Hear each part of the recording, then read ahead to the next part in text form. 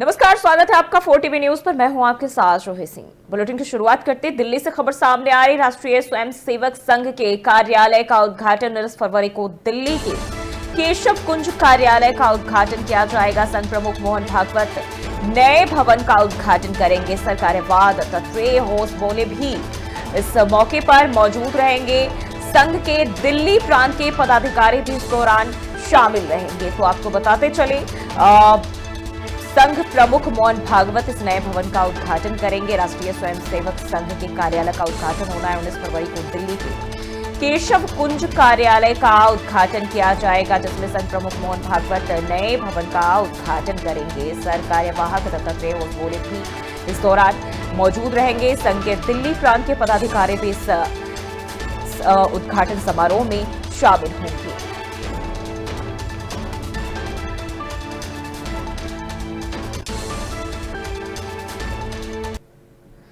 और बढ़ते हैं आगे, जम्मू कश्मीर से खबर सामने आ रही, जहां दक्षिण कश्मीर के शोपियां जिले के काशवा जैनपोरा इलाके में एक संदिग्ध सामान बरामद किए गए। मंगलवार सुबह उसे नष्ट कर दिया गया और इसकी पुष्टि एक वरिष्ठ पुलिस अधिकारी ने की है, जिसमें बताया कि काशवा जैनपोरा में एक संदिग्ध चीज बरामद की गई है, जिसके बाद सुरक्षा बलों ने तुरंत पूरे इलाके को घेर लिया। उन्होंने कहा कि बाद में बम निरोधक दस्ते को भी बुलाया गया, जिससे उसे नष्ट कर दिया गया है। इसी बीच इस संबंध में जांच भी शुरू कर दी गई है। और इसी खबर पर ज्यादा जानकारी के साथ हमारे सहयोगी शबनम फयाज हमारे साथ जुड़ चुके हैं फोन लाइन पर। शबनम, क्या कुछ है ये पूरा मामला, क्या चीज वो बरामद हुई थी? देखिए, ये शोपियान जो साउथ कश्मीर का डिस्ट्रिक्ट है, ये पहाड़ी जिला माना जाता है और यहाँ पे आज सुबह ही उस वक्त खौफनाक का माहौल पैदा हुआ जब जैनापुरा चित्रागाम इलाके में एक आईईडी यानी एक धमाकू जो है बारूद वो बरामद किया गया। और इसके बाद वहां पे बम डिस्पोजल स्क्वाड जो होता है, जो बम नाकारा बनाने वाले जो तरबियत याफ्ता लोग होते हैं, उनको वहां पे बुलाया गया और फौज, सीआरपीएफ, जम्मू कश्मीर पुलिस ने इस इलाके को घेरे में लिया और उस सड़क को तब तक बंद कर दिया गया। जब स्क्वाड वहां पे पहुंचा तो उन्होंने उसे नाकारा बनाया। जब उसके बाद जो है नाकारा बनाने के बावजूद इस इलाके में सर्च की गई, कहीं कोई और इस तरह की कोई धमाका वाली कोई चीज तो नहीं है। और जब क्लियर सारा कुछ हुआ उसके बाद लोगों को वहां से आने जाने की इजाजत दी गई। लेकिन इस धमाका खेज मवाद को पाने के बाद पूरे इलाके में फिर से जो सिक्योरिटी फोर्सेस वो चौकन्ना हो गई है और ऐसे अफराद की तलाश बड़े पैमाने पे शुरू कर दी। बिल्कुल, क्या संभावना है, क्या कोई आसपास का ही जो है शख्स है, कोई इस तरह के लोग जो इस तरह के अराजक चीजों में संलिप्त रहते हैं, या फिर ये कुछ और संभावना जताई जा रही है? देखिए, आज ये डिस्ट्रिक्ट जो शोपियान है और डिस्ट्रिक्ट पुलवामा के त्राल इलाके में इस तरह के दो बारूदी सुरंगें जो है वो पाई गई है। ये यहाँ पे जो मिलिटेंसी का जो इफेक्टेड जो इलाके हैं, खासकर त्राल इलाके की अगर बात करें और इसी तरह अगर शोपियान इलाके की बात करें, यहाँ पे मिलिटेंसी के वाक़ात आज भी रोनुमा होते हैं और उसी की तरफ जो है फिर एक तवज्जो मरकूज की है सिक्योरिटी एजेंसी ने, सिक्योरिटी फोर्सेस ने। और कोशिश ये हो रही है कि जिन्होंने इस तरह का बारूदी मवाद सड़कों पे बिछाने की जो है बिछाया है, उनकी तलाश बड़े पैमाने पे जारी है। ये देखा गया है कि हालांकि कोई बड़ा जो नुकसान नहीं हुआ, बड़े हादसे को टाला गया। अगर ये खुदा ना खास्ता अगर ये जो धमाका के मवाद था, अगर वहां से सिक्योरिटी फोर्सेज या आम लोग वहां गुजरते और ये धमाका हो जाता तो बड़ा नुकसान हो सकता था, माली जानी नुकसान हो सकता था। लेकिन सिक्योरिटी मतलब अभी अगर हालातों की बात करें, अभी सब कुछ सामान्य है?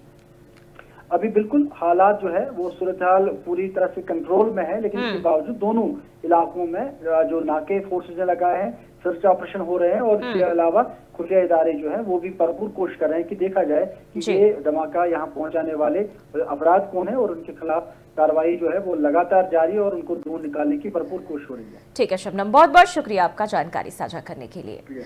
तो शोपियां में ये संदिग्ध सामान बरामद किए गए। हालांकि पुलिस प्रशासन अभी भी पूरी तरह से चौकन्ना है, ताकि इस तरह के आगे किसी तरह के वारदात या किसी अन्य जगहों पर इस तरह के सामान जो है वो ना बरामद किए जाए।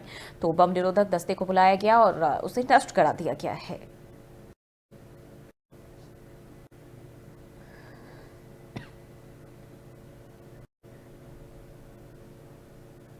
और वहीं पर्यावरण की रक्षा के लिए एक प्रेरक कदम में सामाजिक कार्यकर्ता मोहम्मद हसन भट्ट ने नगर परिषद कुलगाम के सहयोग से आज go green nation waste free India पहल शुरू की। इस पहल का उद्देश्य क्षेत्र में जल स्रोतों को साफ करना और प्रदूषण मुक्त प्राकृतिक संसाधनों को बनाए रखने के महत्व के बारे में जागरूकता बढ़ाना है। अभियान के हिस्से के रूप में स्वयंसेवकों और स्थानीय अधिकारियों ने कुलगाम में जलाशयों से कचरा निकालने और हटाने के लिए सफाई अभियान में सक्रिय रूप से हिस्सा लिया। बता दें कि इस कार्यक्रम में स्थानीय समुदाय को जल निकायों को प्रदूषित करने के हानिकारक प्रभावों और उनके संरक्षण की महत्वपूर्ण आवश्यकता के बारे में शिक्षित करने पर भी ध्यान केंद्रित किया गया।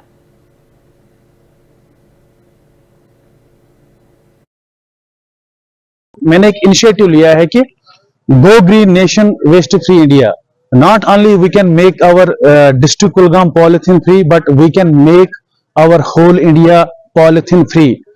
तो मैं आप सब लोगों से यही गुजारिश करूंगा कि आप एक जिम्मेदार शहरी बने और इस नेक काम में हमारा साथ दे। इंशाल्लाह हम इस पूरे कुलगाम डिस्ट्रिक्ट को पॉलिथीन फ्री बनाएंगे इंशाल्लाह। मैंने एक इनिशिएटिव लिया है कि go green nation waste free India. Not only we can make our district Kulgam polythene free, but we can make our whole India polythene free.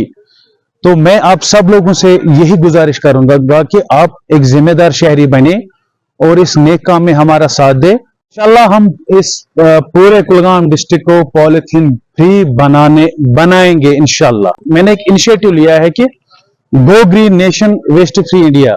Not only we can make our district Kulgam Kashmir house boats के अध्यक्ष मंजूर पख्तून ने खेलो India कार्यक्रम स्थगित होने को लेकर अपना बयान दिया है, जिसमें उन्होंने कहा कि खेलो इंडिया कार्यक्रम स्थगित होने से पर्यटन पर असर पड़ेगा।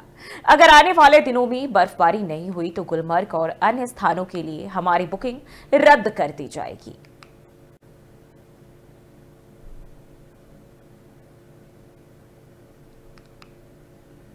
देखिए, जो अभी आज हमने सुना कि ये पोस्टपोन हो रहा है, तो हमें उम्मीद है कि ये रिशेड्यूल भी हो जाए। हम उम्मीद करते हैं कि बर्फबारी हो जाए और ये रिशेड्यूल हो सकता है, मगर अभी एज ऑफ नाउ जो आज जो पोस्टपोन की खबर आई तो डेफिनेटली लोगों ने आना कैंसिल कर दिया है। तो मेजॉरिटी ऑफ द टूरिस्टर्स या जो प्लेयर्स से वगैरह उन्होंने वो कैंसिल कर दिया। डेफिनेटली इसमें तो असर पड़ेगा ही, जो मतलब लोकल हमारी यहाँ पे इकोनॉमी है उस पर तो असर पड़ेगा ही। खासकर जो गुलमर्ग के होटलियर्स थे उनके सारे रूम्स लगे हुए थे, या वहाँ पे जो गाइड से ट्रांसपोर्टर्स है, फिर डेफिनेटली वो श्रीनगर भी आते हैं, हाउस बोट भी ठहरते हैं, होटल भी ठहरते हैं, तो एक ही जगह में इसका नुकसान नजर नहीं आएगा। तो ओवरऑल मेरे को लगता है वैली में जो भी लोग इसके साथ जुड़े हैं डेफिनेटली उन पे असर पड़ेगा ही। गुड वेलकम स्टेप, हम इसको वेलकम करते हैं कि जो गुलमर्ग जो पूरा जो बाउल है उसमें वो पॉलिथीन फ्री जोन भी होना चाहिए। कुछ साल पहले हमारे वहाँ एक ऑफिसर थे, उन्होंने बड़ा वो उसमें वो मुहिम चलाई थी, तो हमने भी उसमें पार्टिसिपेट किया था।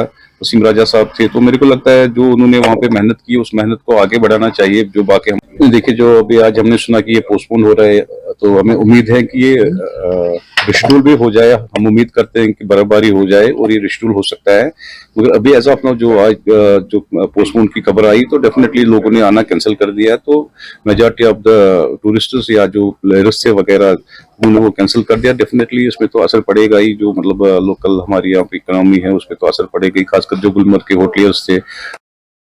बढ़ते हैं आगे। All Kashmir vote supplies union ने श्रीनगर में एक प्रेस कॉन्फ्रेंस आयोजित की, जिसमें उन्होंने कहा कि एसोसिएशन ने सफलतापूर्वक चुनाव कराए, जिसके 7 महीने बाद अल्ताफ अहमद शाहू को यूनियन का नया अध्यक्ष चुना गया। विजयी प्रत्याशी ने रोजगार को लेकर बात कही और कहा कि हमारा मिशन रोजगार के अधिक साधन पैदा करना है।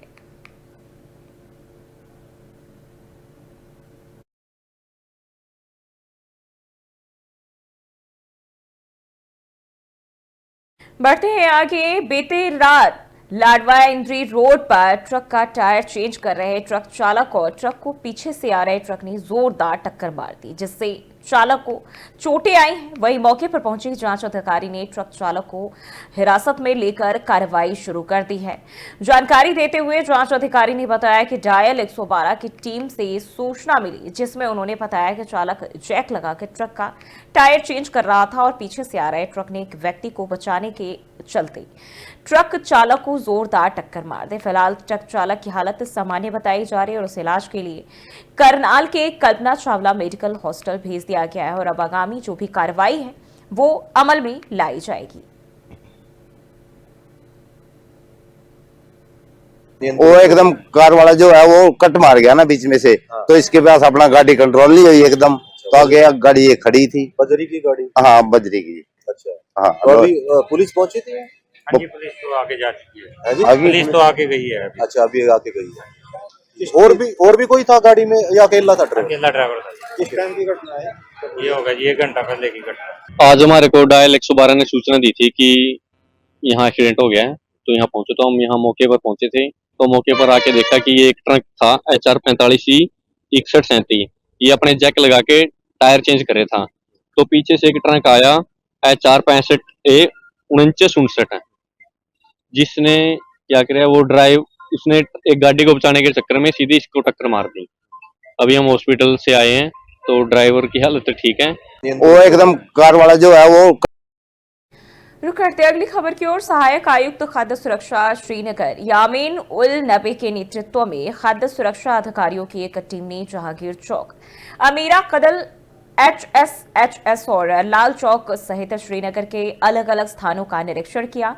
सड़क के किनारे विक्रेताओं और तैयार भोजन से निपटने वाले खाद्य व्यवसाय ऑपरेटरों की स्वच्छता और स्वच्छता स्थितियों की जांच करने पर ध्यान केंद्रित किया। लगभग 8 खाद्य व्यवसाय संचालकों यानी कि FBO को कंपाउंड भी किया जाएगा और 2 अस्वच्छ चालान श्रीनगर में न्याय निर्णय कार्यालय में जमा किए जाएंगे।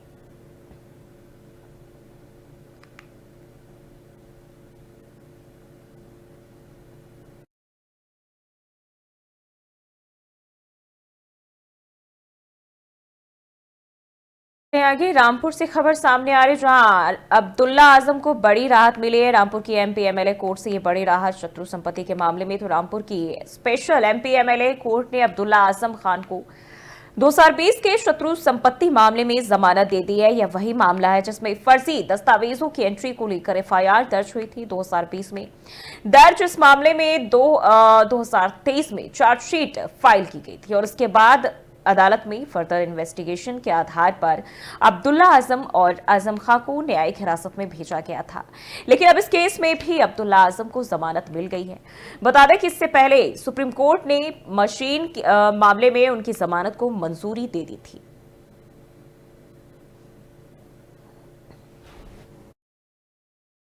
देखिए, special magistrate MP MLA court Rampur ने आज अब्दुल्ला आजम खान को, जो 2020 का मुकदमा था, FIR थी क्राइम नंबर 126, उसमें उनको जमानत दे दी है, रेगुलर बेल उनको दे दी है। इस केस के अंदर 2020 में FIR दर्ज हुई थी और 2023 में चार्जशीट फाइल हुई। फिर फर्दर इन्वेस्टिगेशन करके अब्दुल्ला आजम खान और मोहम्मद आजम साहब को जुडिशियल कस्टडी में लेने की प्रार्थना की गई थी। वो इस केस में जुडिशियल कस्टडी में थे। इस केस में भी अब्दुल्ला आजम खान और आजम खान के खिलाफ चार्जशीट पहले ही फाइल हो चुकी है और वो 4 महीने से इसमें अंदर थे। आज माननीय न्यायालय ने उनको जमानत दे दी है इस केस में। देखिए, special magistrate MP MLA court Rampur ने आज अब्दुल्ला आजम खान को, जो 2020 का मुकदमा था। उत्तराखंड विधानसभा के बजट सत्र के पहले दिन विपक्ष के रवैये और हंगामे पर CM धामी ने नाराजगी जताई। CM ने कहा कि विधानसभा का सत्र काफी महत्वपूर्ण होता है। सदन में हंगामा करके विपक्ष के नेता धन और समय की बर्बादी करते हैं। ऐसे में विपक्ष के नेताओं का यह आचरण ठीक नहीं। CM ने कहा कि सदन की कार्यवाही को पूरा राज्य देखता है। सदन के अंदर महिला विधायक है, मातृशक्ति है। उत्तराखंड की संस्कृति ऐसी नहीं है। मुख्यमंत्री पुष्कर सिंह धामी ने आगे कहा कि एक तरफ विपक्ष सदन की कार्यवाही को ज्यादा दिनों तक चलाने की बात करता है, तो वहीं दूसरी तरफ विपक्ष सदन की कार्यवाही के दौरान हंगामा भी करता है।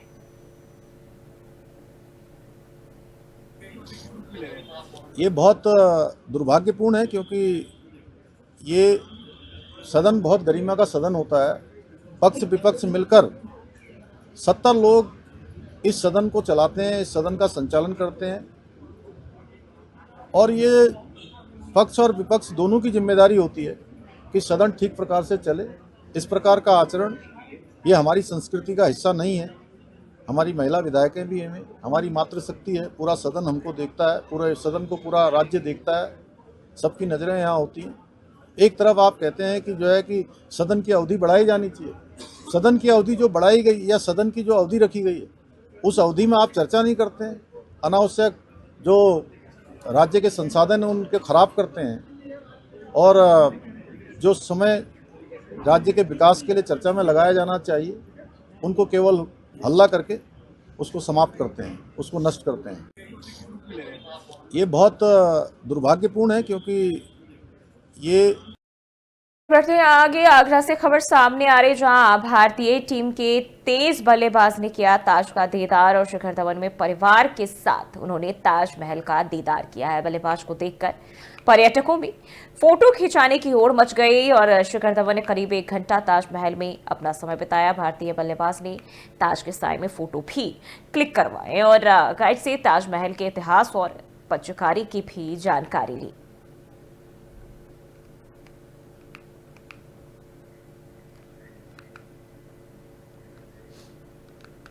और वहीं अलीगढ़ में चोरों का आतंक जारी है। ई रिक्शा शोरूम के ताले चटकाए, शटर तोड़कर अंदर घुसे तो चोरों का आतंक अलीगढ़ में कुछ इस तरह से जारी है जहां ई रिक्शा शोरूम में चोरी की वारदात को अंजाम दिया गया है। शोरूम में घुसे अज्ञात चोर सीसीटीवी कैमरे में कैद हुए।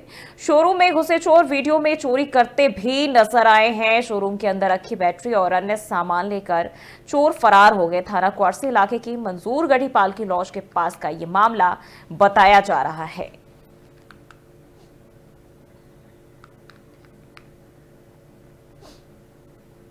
बढ़ते हैं आगे। गाजीपुर से खबर सामने आ रही है जहां कुशीनगर बताया जा रहा है कुशीनगर सुपरफास्ट ट्रेन में संदिग्ध बैग की सूचना मिली। ट्रेन में संदिग्ध बैग मिलने की सूचना के बाद अब अलर्ट मोड पर प्रशासन और औड़िहार स्टेशन पर ट्रेन में तलाशी भी जारी रही और यात्रियों को ट्रेन से उतारकर तलाशी ली गई। जीआरपी, आरपीएफ, पुलिस तलाशी अभियान में जुटी रही। तो यहां कुशीनगर में सुपरफास्ट ट्रेन में संदिग्ध बैग की सूचना मिली जिसके बाद वहां अफरा तफरी का माहौल बन गया। जीआरपीएफ, आरपीएफ और जीआरपी की जो टीम है पूरी वहां पे तैनात रही और तलाशी अभियान में जुट गई और यात्रियों को ट्रेन से उतारकर तलाशी ली गई और बिहार स्टेशन पर ट्रेन की तलाशी ली गई। तो संदिग्ध बैग मिलने के बाद वहां हड़कंप मच गया।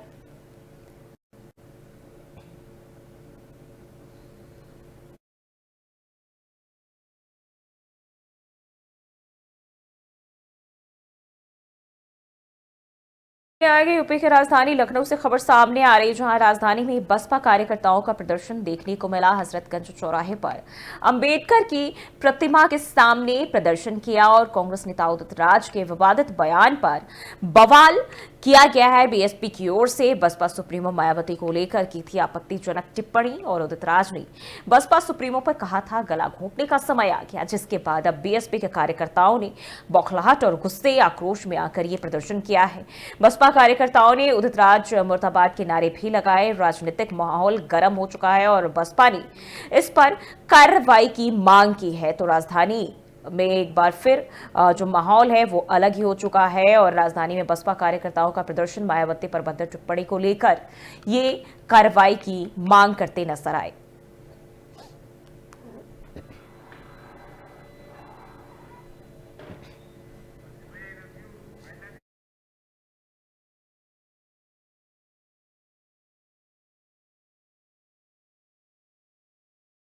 बढ़ते आगे मुजफ्फरनगर से खबर सामने आ रही है जहां बारातियों से भरी बस पलट गई। हाईवे पर अनियंत्रित होकर बाराती से भरी बस पलटी है। प्राइवेट बस में मौजूद 30 से 35 बाराती घायल बताए जा रहे हैं। वहीं हादसे के वक्त बस में मौजूद 70 से 80 बाराती।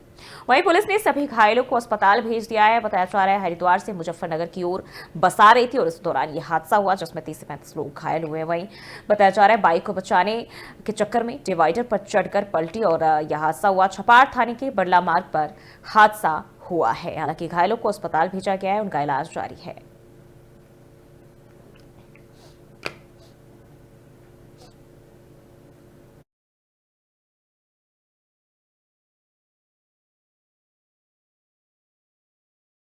और फिलहाल के लिए बुलेटिन में बस इतना ही। देश और दुनिया की तमाम खबरों के लिए बने रहिए 4TV न्यूज के साथ।